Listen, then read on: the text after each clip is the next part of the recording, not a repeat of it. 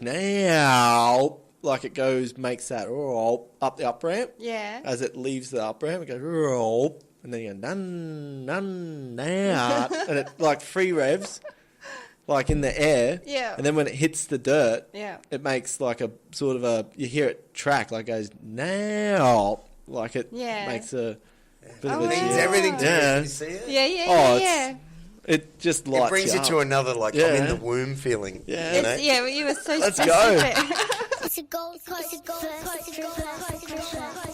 In the worlds before Monkey, primal chaos reigned.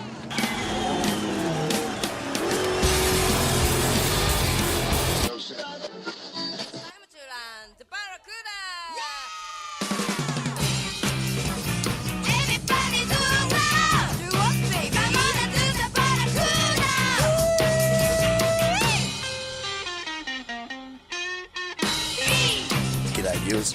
This podcast is brought to you by Koala Karma the Cello Drink, Jinx, Cocktail Mixers, and Rick's Rocks. Hello. How are you, Rika? Good, thank you. What do you got to study? Why do you have to go home so early? Because I'm not as smart as I make out, so I actually need the time to study. But I'm really excited about today's podcast. Todd Waters? Yeah, cool name, or what? Look at him. Look at him. Cold steel. Isn't he? He's a gorgeous, I was going to say gorgeous young boy. Is this going to be another podcast Young where you man. say how good looking they are and not me? You know. No, I don't. Actually don't. You do. Even. Ah. Now, listen, can I tell you something? Yes. Why is it that Asian people are better at studying? That's not true. It's got to be. Surely. Nope. Jim Jeffries has a great joke that Americans, Todd, you're like this, even though you're not technically introduced yet, right? That Jim Jeffries, the Aussie comedian, went to America, he goes... Ruthless. Americans, you have to calm down your confidence because Americans are number one in the world for confidence, right? But the Chinese, well, the Asian sort of people are like the bottom of the list in confidence. They're like, oh, very like bowing and stuff. But who do you want fixing your tyres? Some dude that's like, fuck yeah, I'm the best. Or someone who's like, oh, maybe I could do that better. So why, Rika? Well, I don't know. Why are you so good at your school right now? Because I put a lot of fucking effort into it. That's your problem. So let me get home so I can finish All my right. assignment. Okay. Well, are you there? Well, no, on this podcast, we bring you Todd Waters, a champion, an actual champion. He's toured the world. He's fresh back from living 3 years in Belgium and doing the world... MXGP Championship. Oh, thank you, God. And other things. And he's about to head off to the AMAs in America next year, and he's putting a killer team together and wish him all the best. But here he is to tell you the full story. Hello. Toes!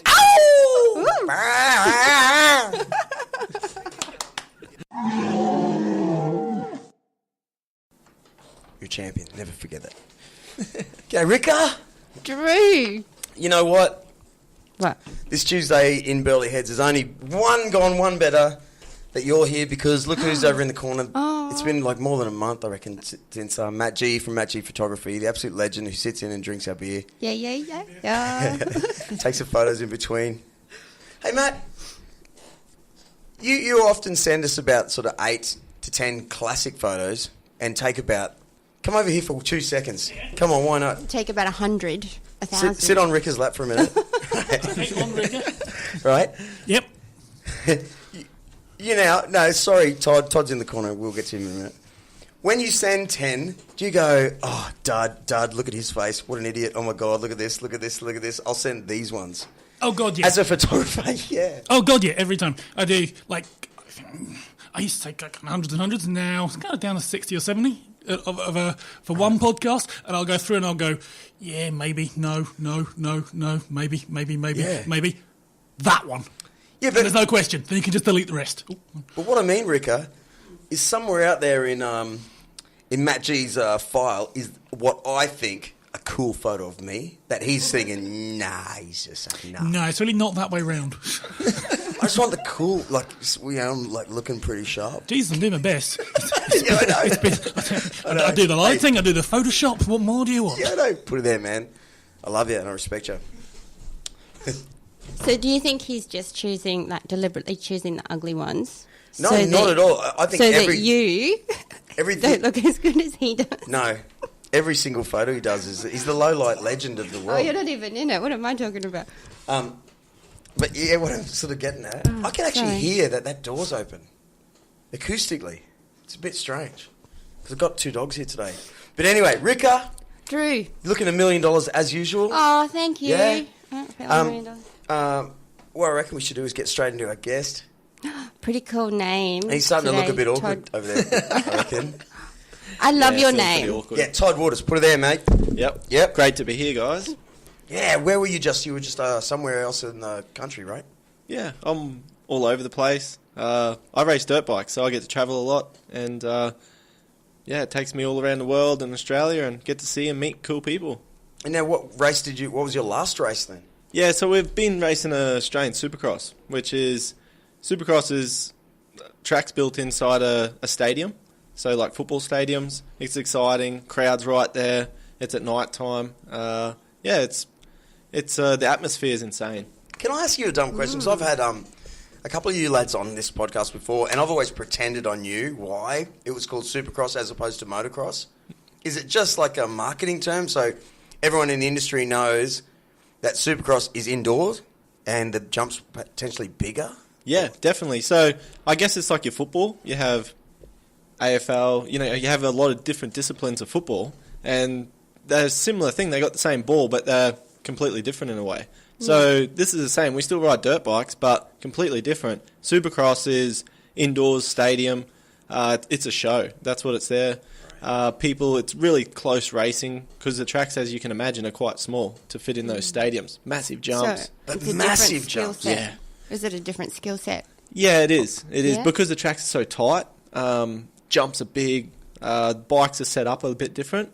Compared to motocross is outdoors. So that's where your die-hard fans come. They have chainsaws and they hang over the fence. They get drunk and, it's more the people camp out. It's outdoors. Right. They call it the great outdoors, which is motocross. Yeah, but here's the thing. For most, like I'm from Logan, right? So Yeah. for most kids like me, we don't see much motocross then, would you say? Yeah. Because most of the stuff let's go to the Echo or something, they put on some Supercross. Yeah. So they do Toowoomba Nationals, Coolum. They're the Australian Championship rounds here in Queensland, and then the rest are WA and South Australia and so on. So the tracks they run over about a 2.5 kilometre track. So Fucking stop the tape! Stop the tape. Shit. Was it not recording?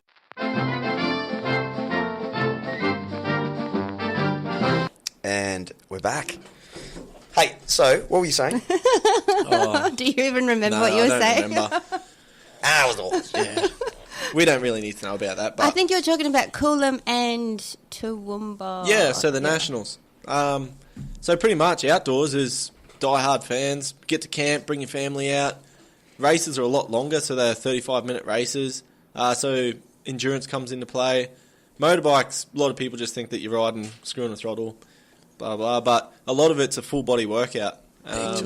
So the cool thing, when I was in Europe, I got to go to Red Bull to their training facility, and so you do a bunch of different physical tests, VO2 max tests, and so on. So with the motocross riders, we do 3 different tests. We do the running test, we do a rowing test, and then we do a cycle test.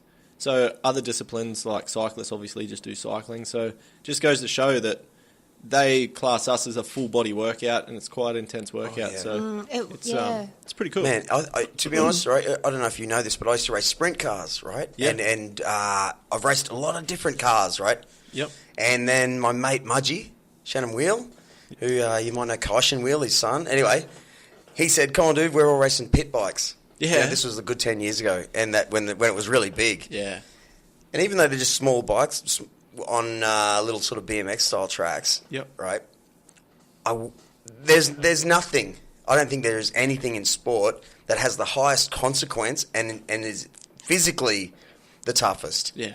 Because every single muscle, you're sort of never sitting on the seat. You're constantly in this squatting position. Yeah. But when you get tired, there's simply nothing you can do. And here comes a double. Yeah. Here comes a jump that you need to clear perfectly and land. And when your body shuts down, you can't even, like, turn your wrist. Yeah. You can't even get enough. You'd be well beyond that. But I find... I can imagine. I can't imagine can't find anything else that has more consequence. Oh, it's insane. And we all have broken bones. I'm going in for an operation tomorrow, actually, get some screws removed and a bit of bone out of my kneecap. So that's kind of, it's not standard. In a lot of people, you know, dirt bikes, any sport is dangerous.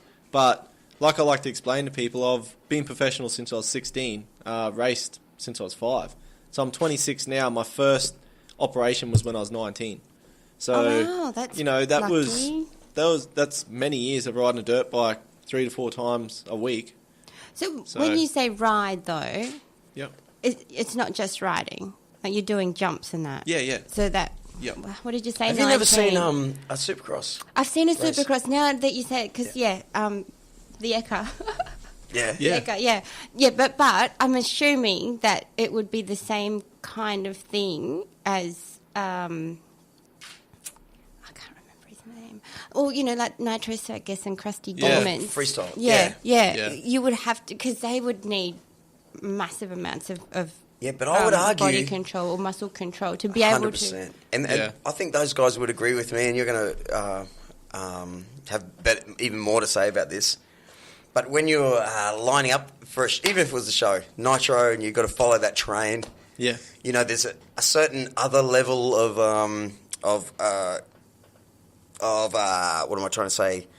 You kind of know what's going on more so. But if you're leading a race and you've got everyone on your tail and you come out of that rut a little squirrely, and you're tapped no matter what, it's kind of, there's a whole lot more of like, we're just going to see what happens here. Yeah. We're just going to see what happens.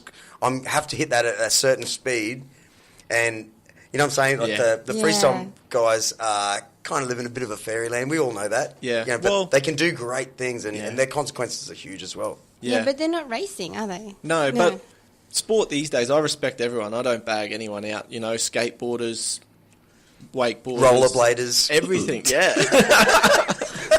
DJs. Boogie boarders. Oh, yeah, dude. Beach walkers? That's the extent of my exercise. Nah, so all these guys, it's insane now. You watch guys go to the local skate park and you'll be mind blown. Like, you know, we used to go and do no-handers and tail whips and stuff like that. Now there's just average dudes just flipping fun boxes and stuff, and you think, what? Yeah. Like, it's insane. Yeah, like 10 years ago, they would have won X Games. Yeah. It's insane. So the level's so high now that, you know, for us, the problem is let's say 15 years ago, guy used to race, make good money, and he used to eat pies, get drunk on weekends. Then one genius, because there's so much money involved, and like each race you win, you get big bonuses. So one dude's like, you know what? I'm going to hire a trainer, and I'm going to train, I'm going to eat healthy, I'm going to stretch at night, I'm going to do all these things to win a championship. And he won many championships. So now it's created a following the cycle sort of program where we've all got trainers, we're all doing insane programs. And because if you don't, you get left behind. 100%. Yeah. It's, And like you were saying, endurance. There's simply, I don't know, I reckon there's simply nothing as... you got one lap to go, you can't afford to be tired. You can't be tired, you got to be like, no, I got 3 more in me. Like that. You know, like... especially at the level you're at. So can you explain what the series you're in right now and how what's been going on? Yeah, so we just finished a Motocross Championship and a Supercross Championship, so we're just in a bit of a break now. So next season's approaching a month away. So we get sort of a month off Christmas time, and I start early mid-January. I start training, and then we go on to racing New Zealand, and then I head to the States next year, so that should be exciting. Yeah, so no, it'd be good. You would have been there a few times before. Yeah, I have. Yeah. So 2014 was my first year racing the World Championship, and I was based in Belgium. And we raced Glen Helen, which is in California. We raced Mexico, Brazil, Argentina, like all these amazing places all through Europe. So this championship, as you can imagine, Americans advertise and do things well.